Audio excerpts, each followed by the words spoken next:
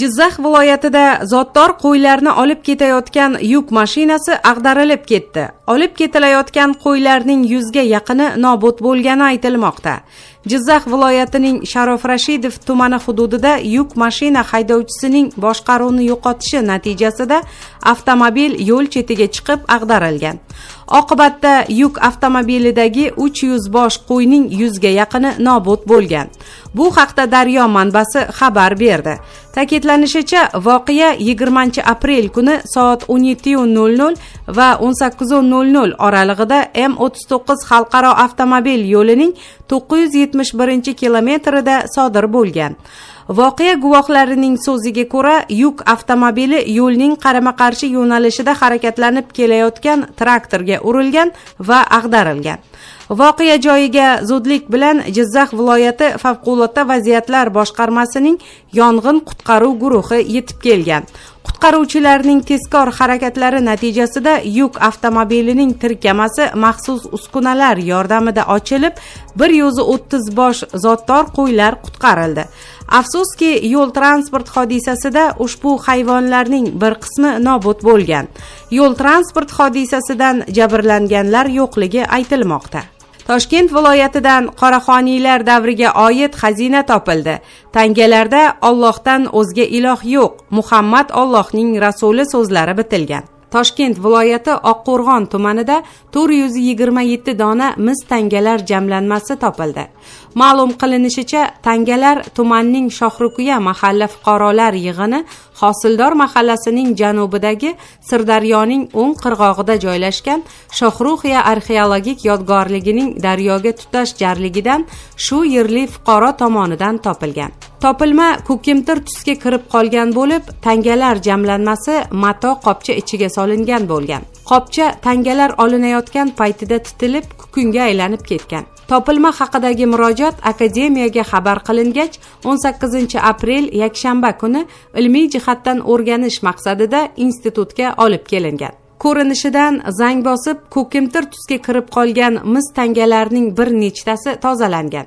O'rganishlar natijasida ularning og'irligi 4 grammdan, diametri 31-33 millimetrdan iborat ekanligi aniqlangan. Shuningdek, tangalarning har ikkala tomoniga burtma shaklda arab yozuvida matnlar bitilib, bezaklar tushirilgan. Old tomoniga qavariq ko'rinishidagi 2 qatorli 8 qirrali geometrik shakli hoshiya ichiga arab harflaridagi Allohdan o'zga iloh yo'q, Muhammad Allohning rasuli so'zlari bitilgan. Hoshiyadan tashqarida tanganing chetiga ham aylanasiga arab harflarida so'zlar yozilgan bo'lib, ular uchib ketgani sabab nimalar yozilganini aniqlashning imkoni bo'lmagan. Tanganing orqa tomoniga ham qavariq ko'rinishda 2 qator halqa ichiga nuqtachalar tushirilgan bo'lib, hoshiya ichiga 4 tomonidan tashqariga bargsimon bezatilgan kvadratcha ichiga esa arabiy harflarida Arslon Xoqon so'zlari bitilgan. Tanganing bu tomonidagi hoshiya tashqarisidagi arabiy harflar chekilgan yozuvlar ham o'chib ketgan. Ma'lumot o'rnida mazkur tanganing zarb etilishi davri qoraxoniylar hukmdori Arslonxon Muhammad ibn Sulaymon nomi bilan bog'liq bo'lib, u 1102-1130 yillarda Mavaronnahrni boshqargan. Tanganing zarb etilish davri unda qayd etilgan Arslon Xoqon nomi orqali o'z tasdig'ini topadi. Tanganing tahlili o'sha davrda bu hukmdor Arslon Xoqon deb nomlanganini ifodalaydi. Bu ma'lumot ham tarixni oydinlashtirish uchun muhim dalil hisoblanadi.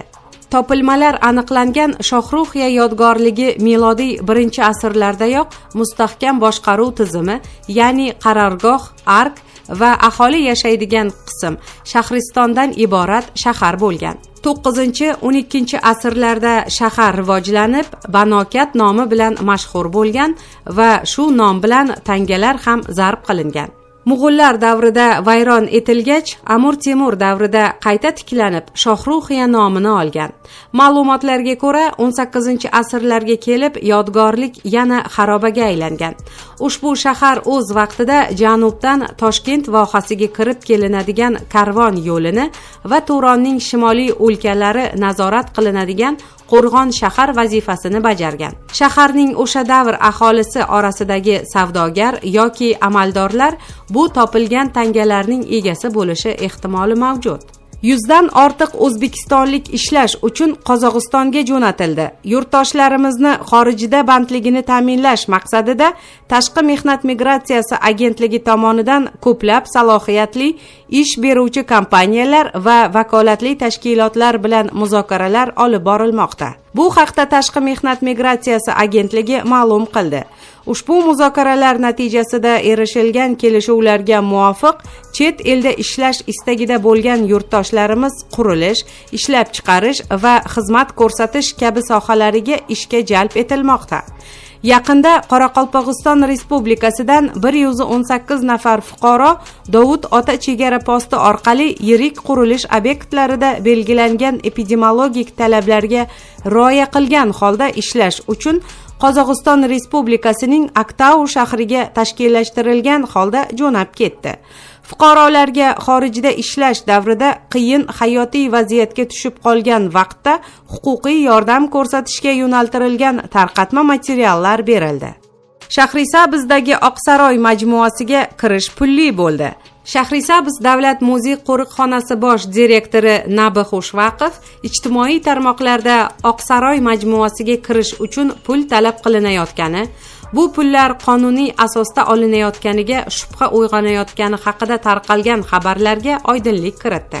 Ma'lum qilinishicha, butun dunyoda mavjud tajribaga ko'ra, Samarqand, Xiva, Buxoroda ham har bitta tarixiy yodgorlik muzey qo'riqxona tarkibiga kirgan va albatta pullik xizmat ko'rsatiladi. Sayohatchilardan tushgan pulning 50% Respublika madaniy meros departamentiga ketadi. Qolgan 50% tarixiy madaniy meros obyektlarini ta'mirlash uchun muzey qo'riqxona hisob raqamida qoladi. Ta'kidlanishicha, ushbu pullarning biror so'mini ham muzey xodimiga mukofot tarzida yoki oylik maoshiga ustama tarzida qo'shib berib bo'lmaydi.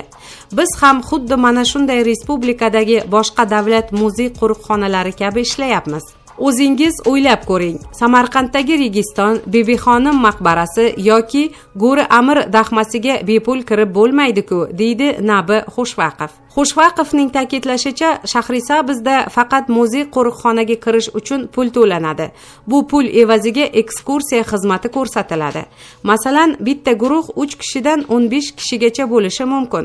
Shunday guruhga 45 minutlik madaniy servis xizmati ko'rsatish narxi 10 ming so'm. Bu 10 ming so'm muzey xodimi cho'ntagiga tushmaydi. U kassaga to'lanib, muzey hisob raqamiga tushadi va moddiy texnika bazasini mustahkamlash uchun sarflanadi. Bundan tashqari, bizda har oyning 1-yakshanbasida barcha fuqarolar uchun muzey qo'riqxonaga kirish bepul.